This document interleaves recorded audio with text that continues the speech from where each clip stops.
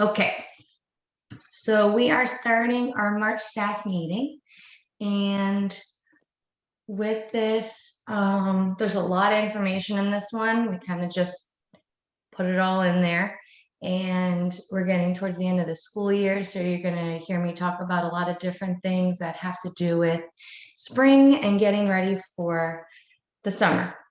We'll get more into summer stuff in May because we'll talk about water play and all of that. If you had time in the comments, I put that I asked if you could, what's a strategy you want to share with other teachers that works well in your classroom? So if you wanted to type something, you could. If you wanted to share out loud, I did mute everyone, so you just have to unmute yourself and share. There was some background sound, so I muted everybody, sorry. Courtney says it won't let her call in. It's just SFQCC with lowercase letters. Can someone tell her that? Oh, she's trying to call in. It's the second number is the password with the pound sign, I think. Hopefully it works. Otherwise, it's recorded, so everyone can watch if you're not able to join right now. Okay. So we have Riley, come here. Someone with an iPhone said that they always sit with the children while they are playing instead of just watching. Small groups, splitting the class with the other teacher. And I greatly appreciate that.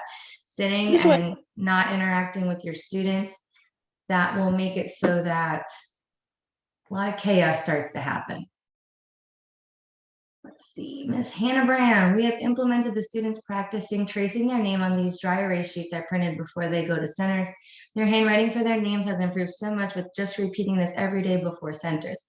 It's only been a little over a month and the improvement is crazy. That's fantastic. It's routine so they know what to expect. It's something that's engaging them, which is essential for making sure that they're not getting into trouble, and you're able to do what you need to do, taking care of kids, washing hands, going potty.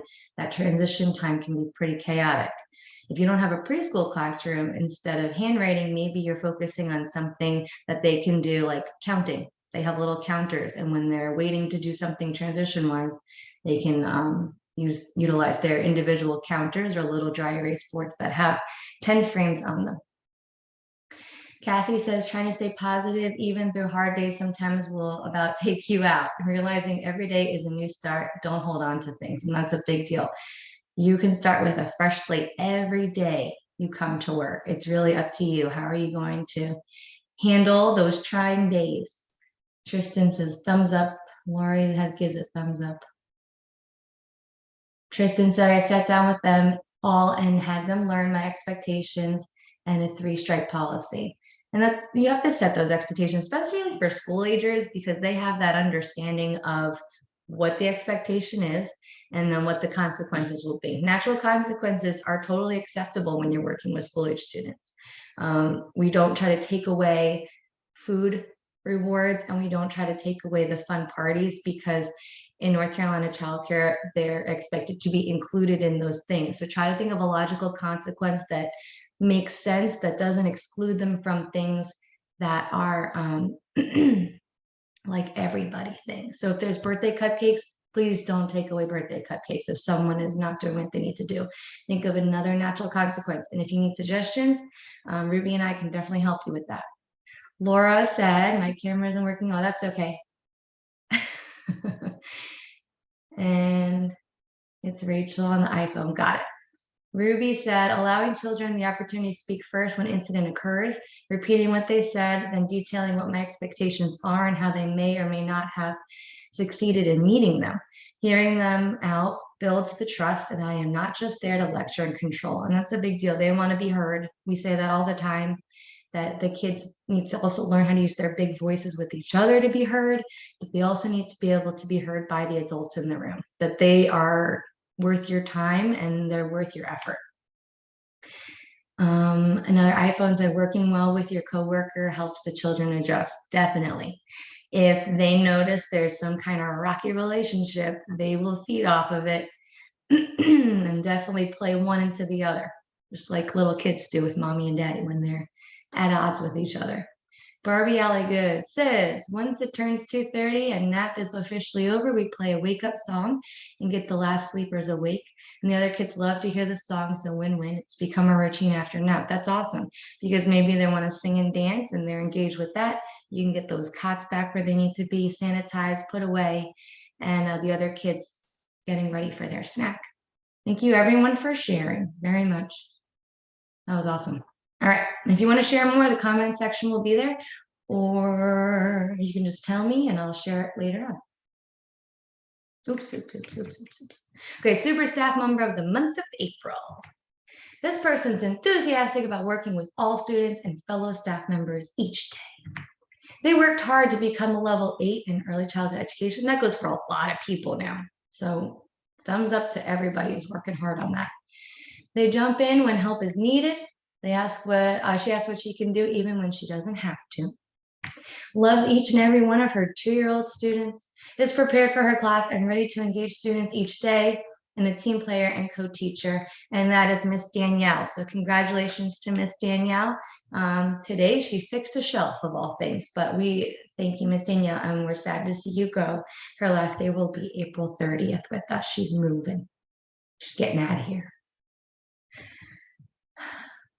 So we want to welcome to Sneed's Fair Equality, Laura, Ashley, Kaylee, who just started today, Sutira, who is now going to be working in room 10 with Miss Barbie, Pauline, who is working with Miss Rachel in room 2, Betsy is a flex teacher. She's going to be part-time, filling in for lunch coverage. She just started yesterday.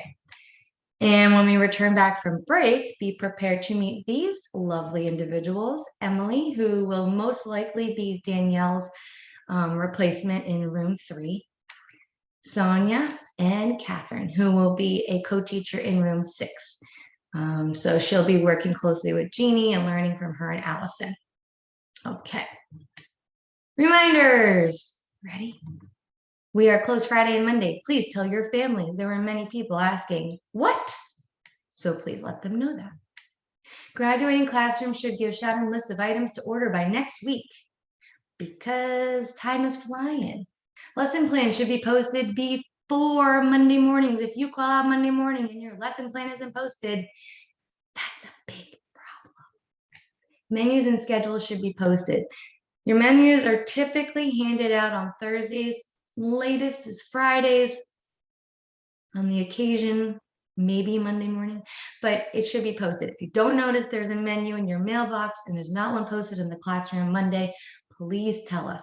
Schedules should just always be the schedule posted. Doesn't change unless you're changing schedules for seasons, which some people do. Whiteboards should always be up to date. Making sure your counts are accurate, especially when Pam's coming around for numbers. Just make sure that at that moment, you know who's there. And if kids are coming in, you are radioing to Pam in the kitchen. Ooh, someone's drawn all over my PowerPoint. Radio for administration when you are over ratio. Please don't yell it down the hallway. I will come save you, I promise. But please radio admin to room blank and I'll come hustling. Or in front of parents. If you say I'm over in front of a parent, they don't really know what that means, and then I'm going to fix it as soon as I can. And I can definitely go get someone for your room. We have been very blessed to be well staffed this past week and making sure that we adjust the schedule for next week to ensure that everybody's covered and classrooms are covered effectively.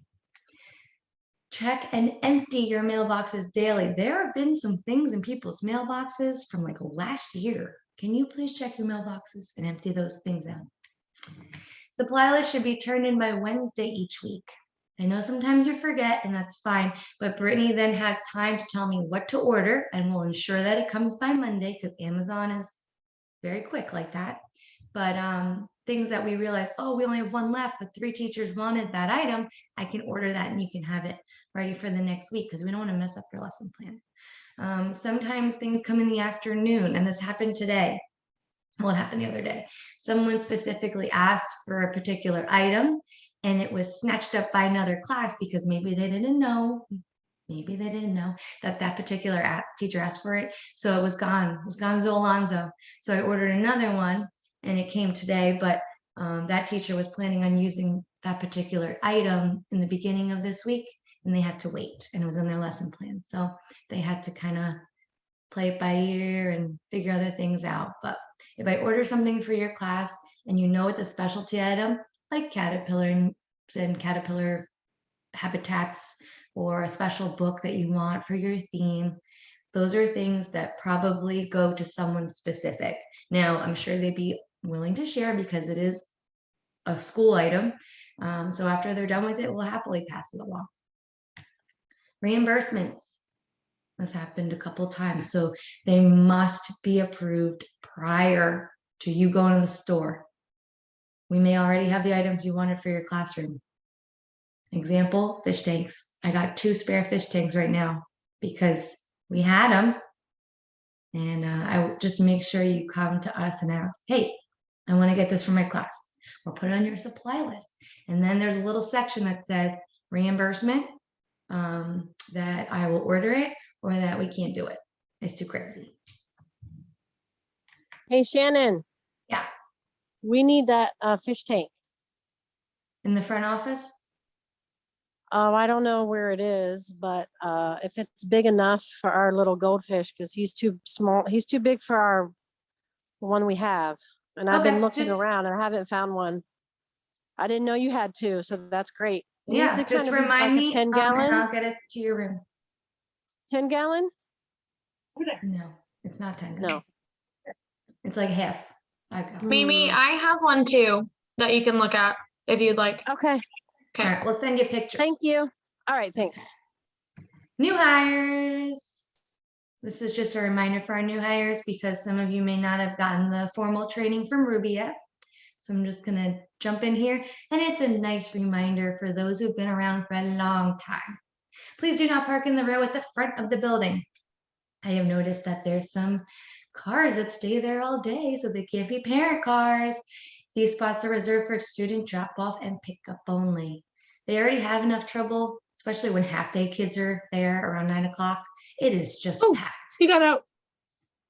So if you could please make sure you try to park next to Cancun Mexican restaurant where our second building is, that would be extremely helpful. Don't park at the breakfast house. They don't like us. Nobody really knows why, but they just don't like us. So don't park there. Park next to the second building. Okay. Oops. All right. Please save staff spots in the second row for people who have children. Like some of our staff members have 3 itty bitties and they're trying to hustle these kids over. So if you could try to reserve those for those individuals, that would be greatly appreciated. Or the old folks like Beulah.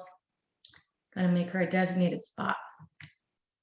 The lot next to the second building, like we said, clock in, try to be at most 5 minutes before your shift starts because it starts to skew the whole schedule. It looks like you worked 41 or 42 hours and then Joyce has to go back and calculate it and see that, oh, you clocked in 20 minutes early that one day, but it wasn't asked for overtime. So just make sure you're really diligent about that.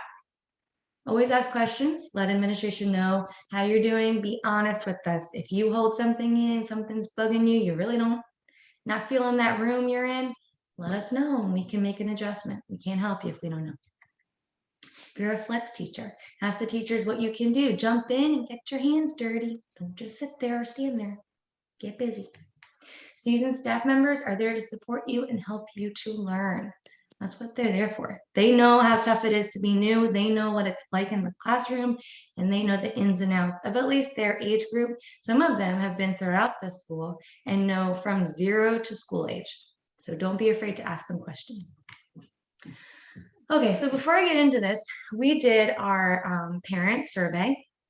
And we called it the spring survey because it really wasn't the beginning of the year. We already did one. But I wanted to check in with parents, especially because we implemented ProCare, especially because some of their children have gone to different classrooms. And we just want to know. We just want feedback, whether it's positive or negative. It's always helpful to get feedback. Constructive criticism is actually something I really appreciate, because if something isn't working, we want to know and we want to be able to fix it. So I took snips of things that pertain to you guys. The things for admin I took, and we're going to address as admin. It's mostly about like being able to get back in the building and all that good stuff. So it's mostly awesome feedback. And I'm not going to read it all, but you will have access to the PowerPoint, so you could dive in and read and just be happy about it, because a lot of it is very specific. You can tell if it's your classroom and what they appreciate. Somebody keeps unmuting themselves. Okay. All right. So for the most part, they greatly appreciate the communication from all teachers. Some parents are asking to know a little bit more, like what was read during the day, what were the goals that they worked on for, maybe they were learning something with fine motor skills they can work on at home. If you guys are working on a specific theme, parents really appreciate Amy's monthly newsletter. Some teachers even share their lesson plans with the families, which is great because they know exactly what their kid is doing every day. Now, I'm not saying you have to copy your lesson plan for families, but maybe a little highlight about what they're doing throughout the day would be very helpful. Because I know if you just enter the activities like diapering, what they ate, or pottying, what they ate, and some of the other things, it doesn't really go into what you used to have on your daily notes. Some of you were really good about telling things that were very specific about that child, a good thing that happened, something that was cute that happened, and the parents, they were into that. So if you want to start doing that with ProCare, I know they would greatly appreciate it. One parent commented and gave the suggestion of more floaters, or we call them flex teachers. Well, ta-da-da, we have like 8 new flex teachers and we're very excited to have them. So hopefully the parents will start to notice that and see that you guys are getting the support you need in the classroom and you're able to work in those small groups that you intend to work in. Okay. More photos are always a plus. Communication. Yeah, before you go on to that, I'm sorry I had to unmute myself. There is one thing I would like to bring to people's attention in talking about having the extra flex teachers. It is great. We have more teachers than we have ever had in almost 4 years of being open. Literally had more people today than ever before. But you have to remember the flex teachers are not there to be with your children so that you can be inside doing other things like walking up and down hallways or any other things. We have to have the seasoned teachers that know the children with the children. They know the kids, they know the names, especially with parents coming in now. We have to make sure that we're giving these kids extra supervision. That's what we have all these extra people for, is to try and cut down on kids getting hurt and giving more supervision. Yes, bring up into smaller groups and being able to do things that way also. But we can't have the regular teachers and the seasoned teachers inside the building and all the kids outside with floaters and flex teachers and new teachers. Yep. Yeah, I have that later, but I definitely agree. And having all these flex teachers and an abundance of staff is a luxury that no other center in like a 50 to 100 mile radius has right now. We make sure that we do the best we can to have a pleasant work environment, a comfortable work environment. We really take what you guys say and need to heart, and we try our best to ensure that you are provided those things. So support staff is something that is always needed. And like Joyce said, being in the classroom is not just being there. We are teachers in the classroom of early childhood education. So making sure that we are educating our children, even the itty bittiest, talking to them, engaging with them. That's essential to what you're doing and why we are gonna be 5 stars, because we do that. Okay. So again, people are talking about how great ProCare is. Outdoor space looks great. They love the playgrounds. They weren't a fan of Class Dojo, so they're happy with the change. And they appreciate you guys. Let's see, there was something else I wanted to share. Parking lot. So if you notice, somebody said parking lot, that out entrance. I'm guessing it's chaotic. I don't exit out when people are dropping off or picking up. So they would like a sign that says one way in, one way out. So I will look into that. But that one was interesting. I didn't even think about that. That's why we have these things. Okay. My simple menu, not so simple. Go ahead. I'm sorry. I've never seen anybody do that. And the only time it may have happened is when Lincoln's bus is dropping off. They're blocking the whole thing, preventing people from going around. And people may have then gone out in the opposite direction just to get out of the parking lot.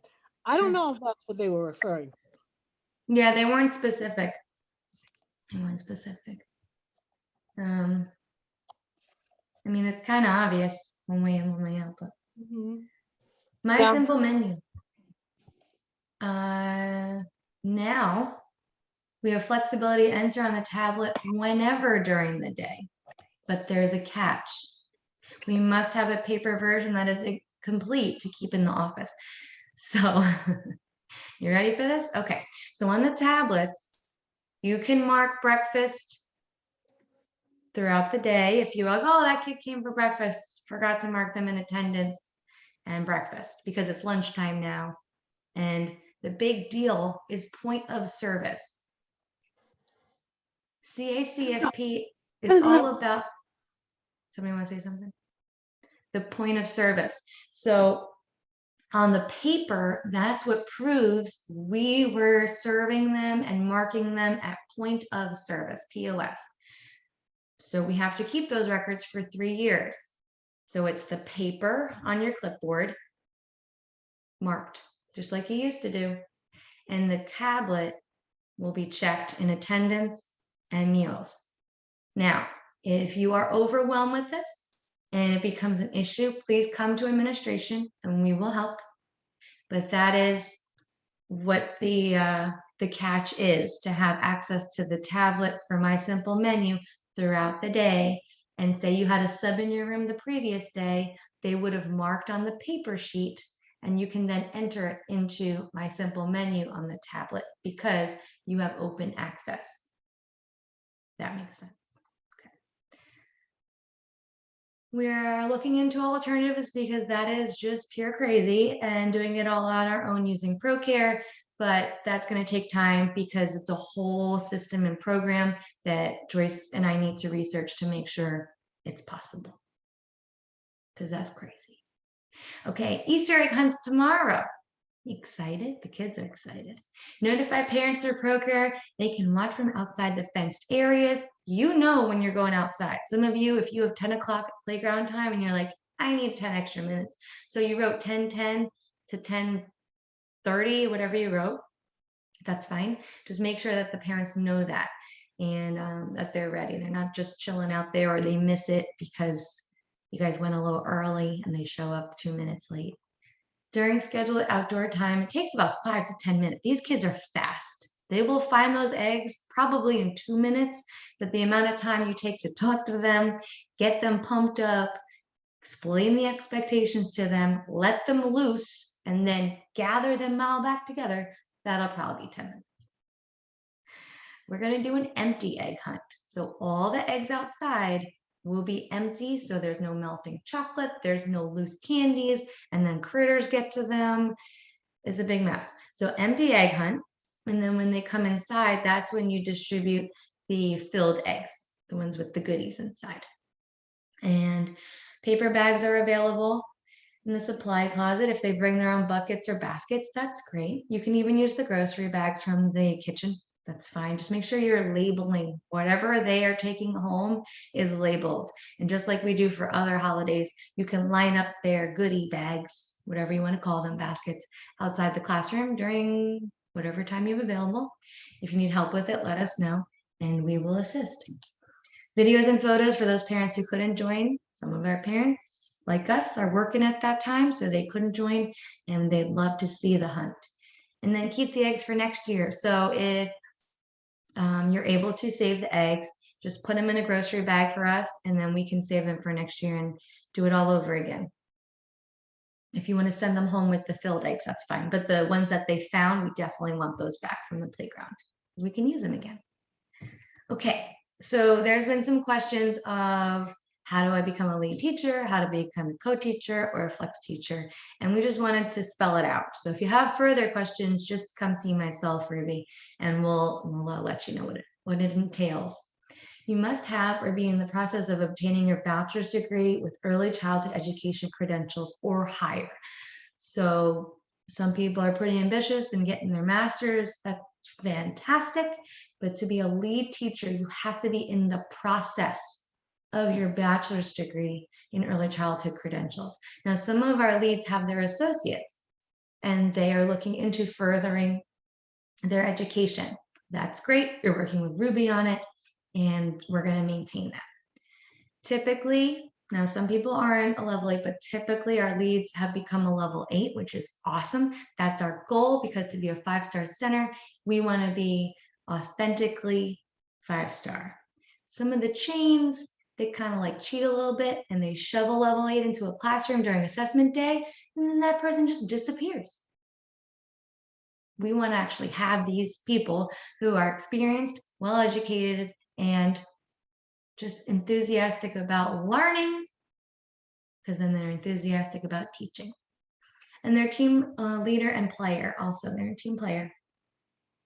Typically write co-write the lesson plans and arrange roles for other co-teachers in the classroom. So the lead teacher will be the person who organizes what's happening in the classroom, and they're supposed to work with their co-teacher, but they would have the educational background to understand what's expected and the experience to understand what is expected of the classroom. And ensure all ITERs, ECHRs, and SACRs requirements are met. So whatever your classroom requires, they are using that checklist frequently. They guide and model for new teachers. So for example, if you have a flex teacher in your classroom, or you have a new co-teacher in your classroom, as the lead teacher, it is expected that you guide them and push them to flourish in the classroom as well, because the better guidance you provide, the better co-teacher or flex teacher you will have joining your classroom. And they work with students in small groups, one-on-one or in whole groups alongside their co-teachers. So by writing these lesson plans or the activity plans, you are setting up your small groups so that you know what you're going to be working on with this group. The needs of these children are being worked on with your co-teacher. And if you're fortunate enough to have a flex teacher in your room, then that third person is working with one-on-one with another kid who may be struggling in a specific skill, or in another small group. Just making sure that the classroom has organization and everyone has a purpose. The co-teacher effects. So they must have or be in the process of obtaining their early childhood education credentials or higher. So they have enrolled or they have their ECE credentials. They have taken EDU 119 and they have their credentials. That's what makes a co-teacher. And that's the minimum to get the 5-star rating. So if you go above that, that's fantastic. We have some co-teachers who are level 8 because their other teacher, they're just partners at level 8. That's awesome. The more the merrier. Contributes alongside the lead teacher or other co-teachers, guides new staff members by modeling, supporting, and teaching expectations of our school, just like the lead teacher would. You don't take a back seat here because you want this person to really provide for your classroom and know the expectations. They co-write and plan lessons to determine what is expected each day. They have to be knowledgeable. If you're a co-teacher, the lead teacher isn't going to write and be like, so I wrote the lesson plan and I'm going to have you guess what we're doing today. And they have to be involved in the process. I know you can't sit next to each other every day and really plan it all out, but for them to be informed, send it to them, give them ideas, contribute on the ideas of what's going to happen in the classroom. That way they feel involved and they're able to understand what's expected for that day or for that week. They engage with children regularly and work with students in small groups, one-on-one or whole groups. Same expectation as the lead teacher. Okay, flex teachers. they should begin the process of obtaining their early childhood education credentials or higher. So if you've just joined us, Ruby may start to talk to you about how you can take EDU 119. It's a 12-week college course. It gets you your credentials and it also gets you a pay raise. But on the understanding basis, it gives you that basic knowledge of what's expected in a classroom for early childhood education. And then if you decide to pursue further your degree, that's great. Support multiple classrooms on an as-needed basis. You might be a sub one day, you might be a third hand one day, you might cover lunches and then work and close a classroom the next day. Flex teachers are flexible, and that's why we gave them that title. They work with students in small groups, one-on-one and in whole groups. You notice a pattern here? They're working with kids also. Ask the teachers of the classroom what is needed and how they can support the students. When you get into a classroom, it's going to be difficult to just dive right in. So ask the questions. What do you need me to do? What are we doing? How can I help? Where you see something happening and you can address it, go for it. Learn the routines and expectations of the classroom after some time. It's going to take your time because most flex teachers are going between at least 2 classrooms. So each classroom is obviously different in their routines and expectations. That's going to take time to learn. And you must be flexible to work in a variety of age groups and learning spaces. Now, some of our flex teachers have found where they're most comfortable and they have told us. So that's fantastic. If you feel like, oh, school age just not for me, you have to tell us because we won't know until you tell us. And that's okay. If you have an uncomfortability with a specific age group, maybe babies, they're just too tiny for you, fine, that's okay with us. We have plenty of other age groups that need support. So just please tell us, but the availability and the flexibility to move among that age group or those few age groups that work is what we would love to see. You could be a level 8, all of you, everyone. Many received a huge raise in pay when they got that EEC letter in. That is the key. It tells you what level you are. And did you know a bachelor's degree in a different field plus EDU 119 gets you a level 8? So you could have majored in environmental sciences. Take EDU 119 and you could be a level 8. See, Ruby, if you have yet to submit your EEC documents, we pay for the submission of $50 or $60, depending on what you're getting qualified for. To clarify, DCDEE Works letters tell you what you are qualified to teach, and that's important for state. So we do need official transcripts. Ruby just told me that they will now only accept official transcripts, which is a huge bummer because we used to just do screenshots and send it to them. And EEC letters that tell what level you are on a pay scale and help during STARS rated license assessments. That's why we're getting them all in order and Ruby's getting them all in place, because once we apply to be assessed, we're not scrambling to get these EEC letters to tell you what level you are.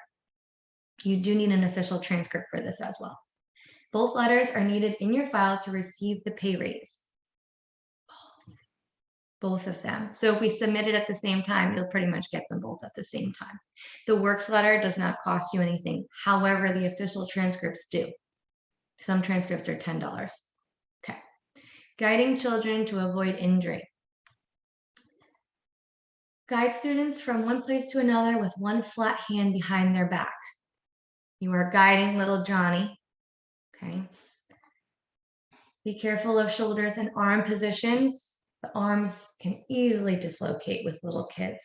So if you're holding their arm and it starts to go back, you're pulling them, that's going to be a big problem. So please make sure that you are just holding their hand. If they start to resist, stop what you're doing. And if they drop to the floor and they have a fit, then we can either pick them up as described by the behavior management plan. So this is for 2-year-olds and under. You can hold them like a baby on your hip. If they're older than 2, it just becomes dangerous for you and for them. So leave them where they stopped. Just if they're dropping themselves to the ground, if you can help guide them without them hurting their head, fantastic. If the problem is that they have to clean up before going outside, or they must wash their hands before having lunch, or wait their turn before proceeding. So whatever the natural consequence is, they have to complete that task after they have their fit or tantrum. So if the child refuses to line up to wash hands, they just drop to the ground and they start screaming, they don't want to, they don't want to. But they have to wash hands before they can sit with friends to do art. Well, obviously they can't start art until they wash hands. That's a natural consequence. No, you can just have them, they're in a space, they're not near anybody. If they are near students, move those students away from that child so they don't become injured. Don't put yourself close to them because you're just going to get injured. Tell them you're going to give them space. When they're ready, they need to wash hands and then they can come join their friends. If it's to go outside, obviously you're not going to have the rest of the kids sit around and wait. So please call admin and we'd be happy to either take your kids outside so you can remedy the situation, which is sometimes better because then you still have that sense of authority with the child and then you can work through it with them using conscious discipline or flip it. And then we can take the kids out. That's why there's reduced distractions as well when you're trying to work with your student. But just don't drag kids who are flailing and resisting and you're trying to pick them up. It's just not going to end well. Now, if you've noticed, some of our kids coming into school might do that to me. That's me. I have to handle that because they're being unsafe. They might run out of the building and I have to bring other kids to their classrooms. At that point, I'm going to carry them and I will take the repercussions of what happened because I can't send this child somewhere else. They'll just endanger another child, a teacher. So I'm going to carry them to their classroom, place them somewhere safe. I typically give them 2 positive choices. You can sit here or you can sit in cozy. If they're unwilling to answer, then I just put them in a seat or I put them on the ground safely and I walk away. I'm sorry for those that I leave in the classroom who have to handle it, but I do appreciate that you're working with those kids. For the most part, it doesn't happen every morning, but we do have those children who sometimes have a difficult morning. Something's happening at home and there's a trigger that occurred. Maybe they got a toy taken away right before they left the car and they really wanted that toy. We're going to handle that because the parents have to go to work.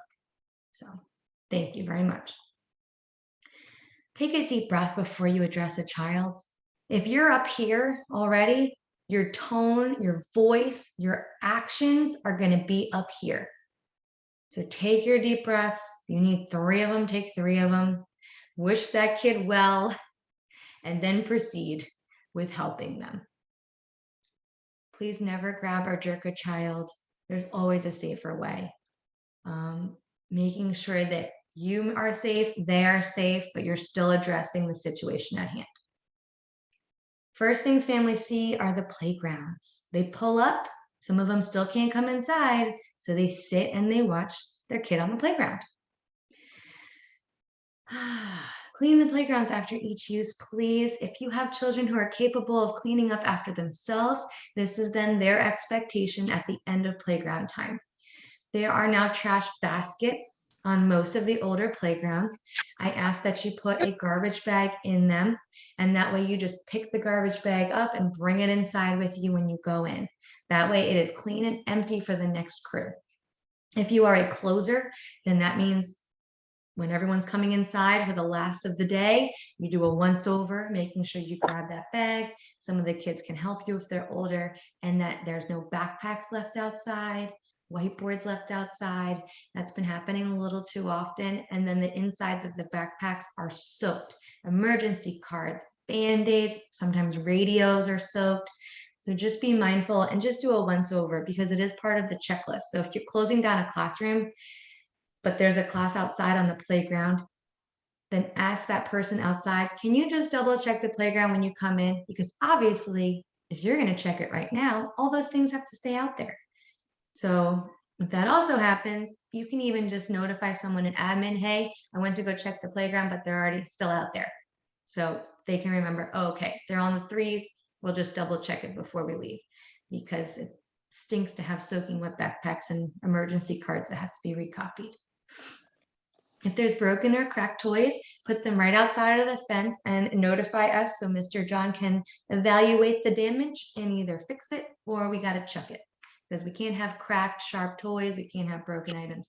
Faded toys, it's North Carolina, toys are going to get faded. So please don't put those outside the fence. That's just going to happen. What does it say when teachers are not supervising or ignoring their students?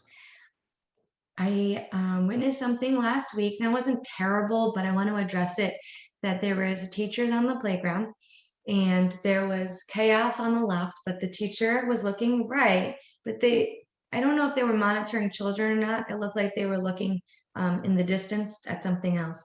But I watched, and it was about 3 minutes of one little child going after another little child, and that little kid was running away, and then that one kid would get him and whack him again. And then so we addressed it, and that's not happening anymore with that class. But I just want to make everyone aware of it.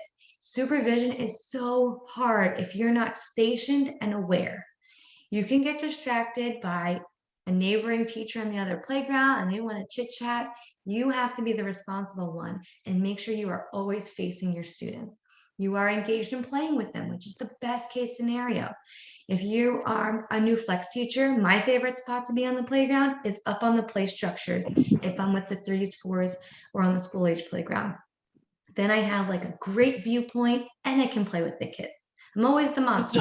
So I'm the monster from the top of the playground structure, and I can also make sure everybody's doing what they need to do.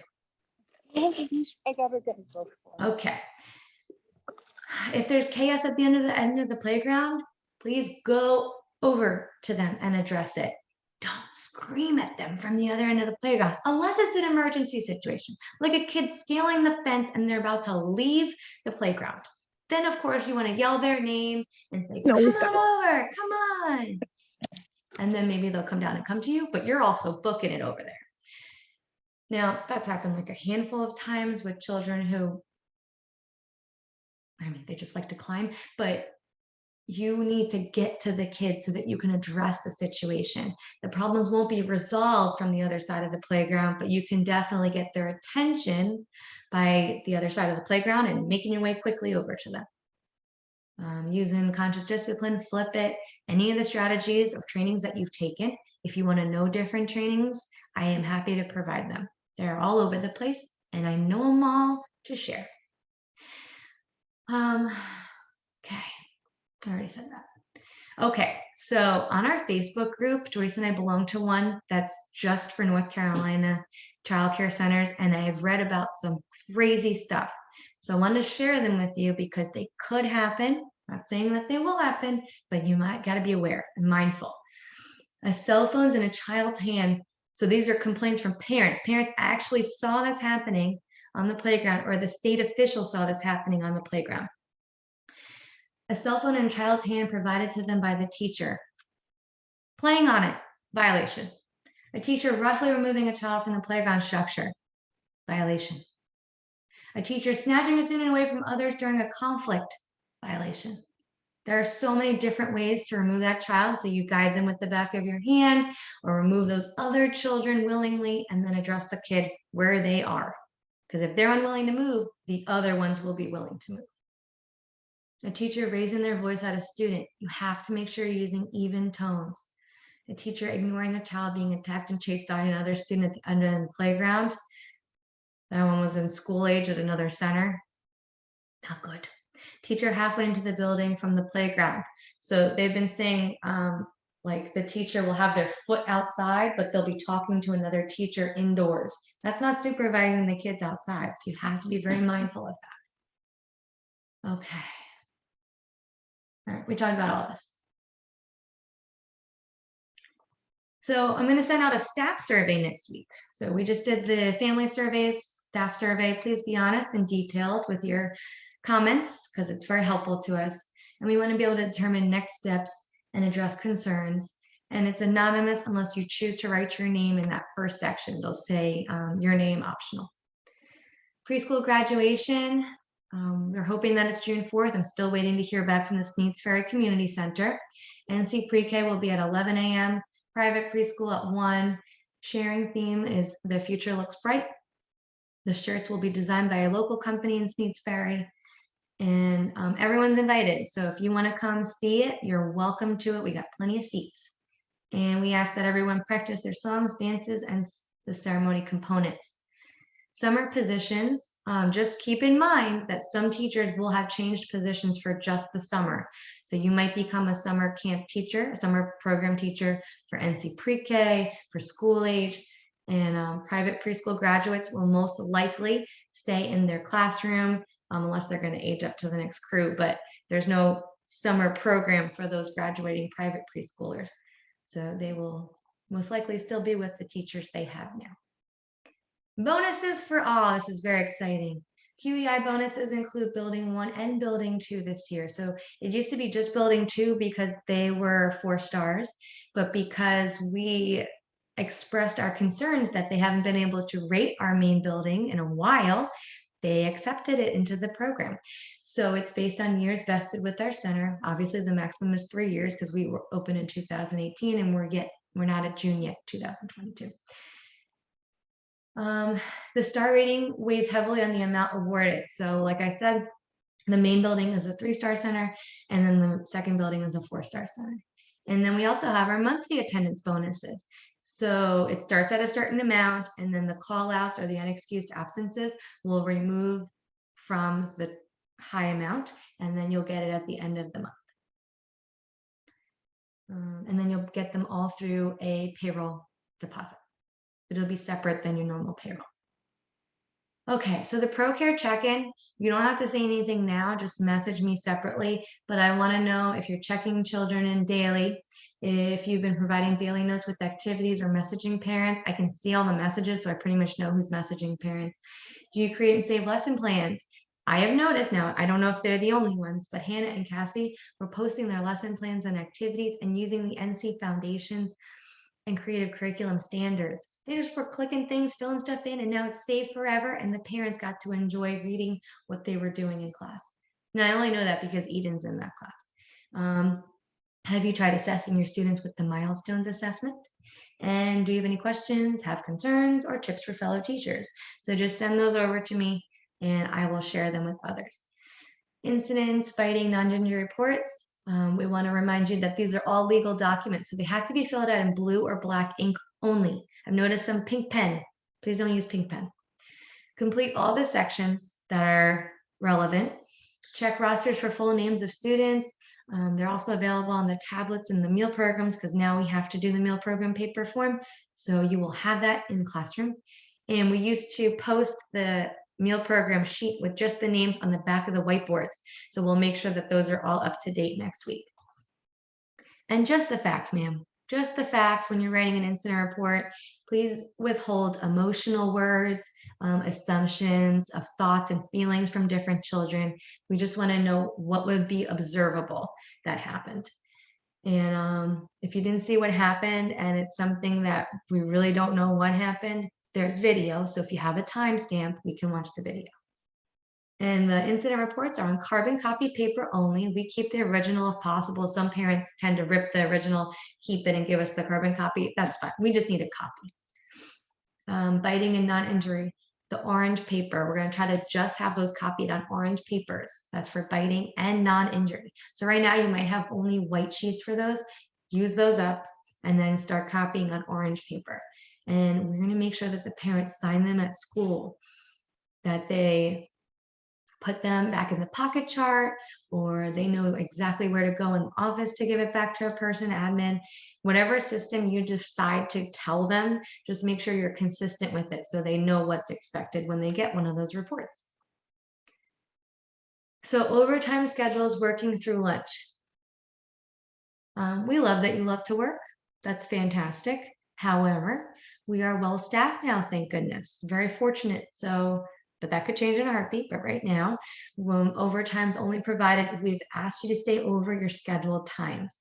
So next week's schedule, you're going to notice a little change because we have all these wonderful new hires. We're going to adjust the schedule so that we address what needs to be addressed time-wise. Really opening and closing is that big concern. And then you might notice that your scheduled times are a little different.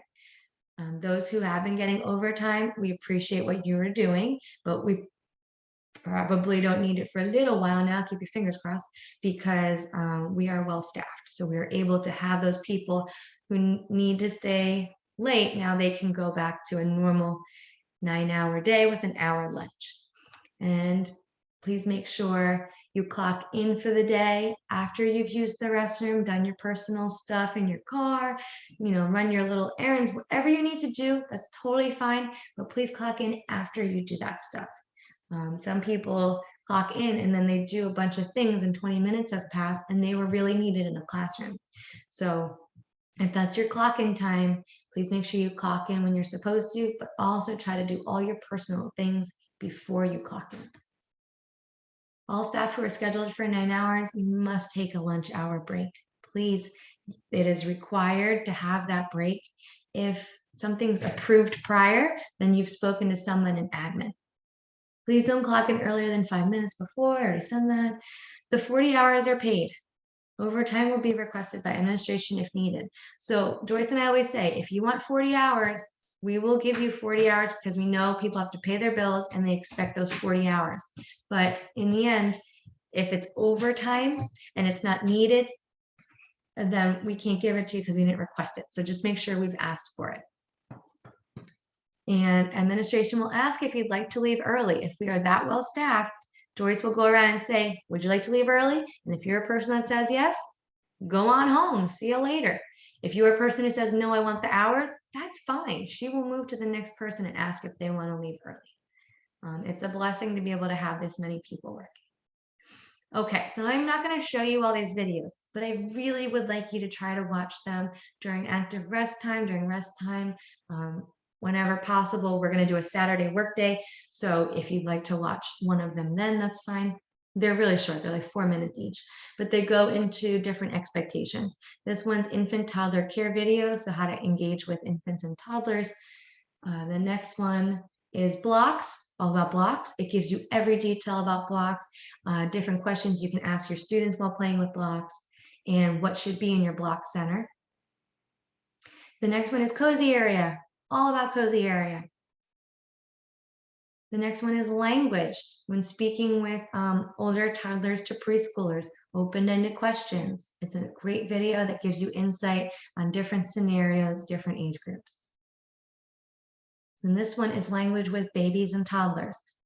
Great way to incorporate language with them, very basic, with sign language, with short phrases, different things that you can integrate in the classroom. So I tried to address all age groups with all the components that are important in the classroom, and we'll do another set next time around. Okay, teacher paid workday. I'm going to do it on Saturday, April 23rd. We need people to make sure that they are doing the things that are on the list. So once I get an amount of people who want to come and work that day, then I'm going to collect and gather a list of things that are expected to get done that day. And then you'll have the rest of the time to work in your classrooms. So you can plan in your classroom after that time, organize. I want to make sure that the classrooms look Itters, Eckers, Sakers already happened, ready. So making sure that you're organized, you have the materials, you go to the shed and shop for rotation materials. These are things that we want to make sure are done and done well. Also, the classrooms need to be organized in a way that it speaks to the kids with labels. And I know that's difficult to do during the day. So labeling is something that has to get done, and that's the day it's going to get done. Okay. If you're a flex teacher and you want to work that day, I have a very specific list for flex teachers. So just come see me and I'll tell you if I have another spot for a flex teacher available. And trainings that must get done. Finish your contact hours and coursework. Please make sure you do that. These are all live links. So you can click these links and you can go ahead and take those trainings, especially if you're a new hire. You have to make sure that you do a lot of these within the first 6 weeks. Recognizing and responding to child maltreatment, that's necessary in the first 6 weeks, so do that one first. NC FELD is for all co-teachers and lead teachers, so please make sure you take that one. And Ruby just got trained with CPR first aid, so she's going to be able to do trainings now, and I'll do trainings if she can't, and we'll alternate to make sure that everybody has the ability to be properly trained to CPR first aid, AED, bloodborne pathogens, and EpiPen, all those things. So admin has an open door policy. Some of you have taken great advantage of that, and we appreciate it. You come to us, you talk to us, you message us. I'd rather know than not know. If we don't know a problem, like Joyce always says, we can't help you to find a solution. Everyone deserves to be happy and enjoy their work environment. Please be a role model for your students, making sure that you are professional, you are cordial, and kind. Use kind tones and words, especially with your coworkers. And positivity is contagious, but so is negativity and gossip. And Joyce and I always mention that we've come a long way from the very beginning. And we really appreciate those of you who are consistently professional and you respect your peers, your co-teachers and your co-workers. Joyce, did you want to add anything before I ended it? Hold on, you're muted. Did you discuss with them the letter that's going home and parents coming in? No, I was gonna do that because I ran out of time in like a big note. Should I say it now, 4 minutes? I think we should, because I think that there are things that really they should be aware of before it happens and be prepared for. We don't have to give specifics on when, where, when, and how. The letter will do that. But we are starting to open our doors again to all of the parents. It's going to be done staggered by age. There's a letter that's going out. You can all read it and it'll give you more information about how and so on and so forth. One of my biggest concerns is that we have all gotten used to not having parents coming in and out all day, every day. And it's very different. And you have to be prepared, especially in the beginning, because they're going to want to stand there and talk to you and ask questions and find out everything. We have to try and cut it short. And we have to make sure that we are watching the children at all times, even when talking to these parents. We are going to try, and the letter is there, and tell them that we have to restrict them to 3 minutes or less. But especially in the beginning, some of these parents have never stepped foot in the building. They're going to be curious. They're going to want to talk. They're going to want to ask questions.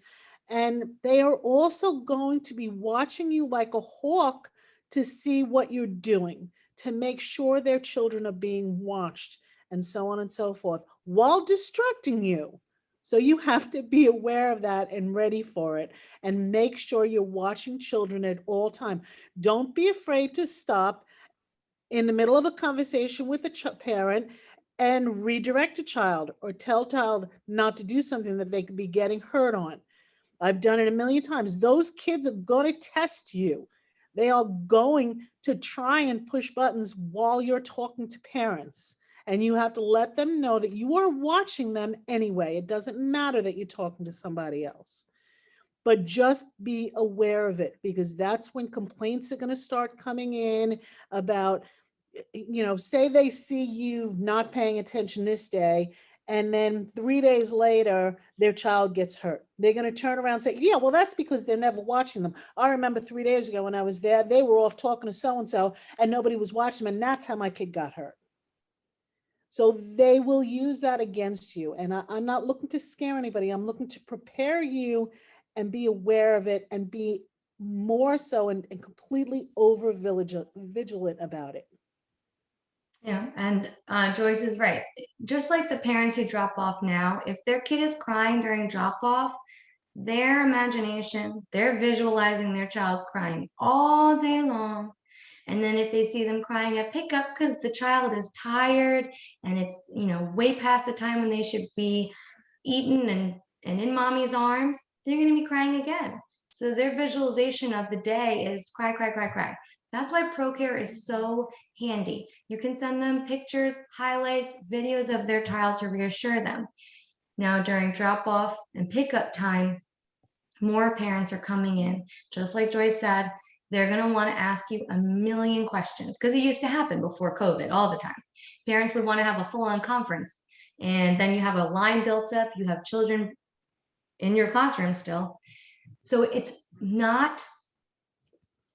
will not offend them, because it can't offend them that you say, I really got to get back to the kids. If you want to talk about this further, we can have a conference, or want to set up a conference so we can discuss this at another time, totally acceptable, because they know those children are your #1 priority.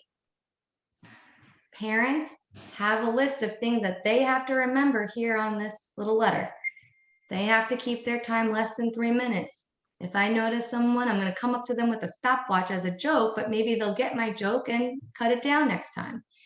They are going to be, like Joyce said, very interested. They're going to look everywhere. That's why we're having a Saturday work day.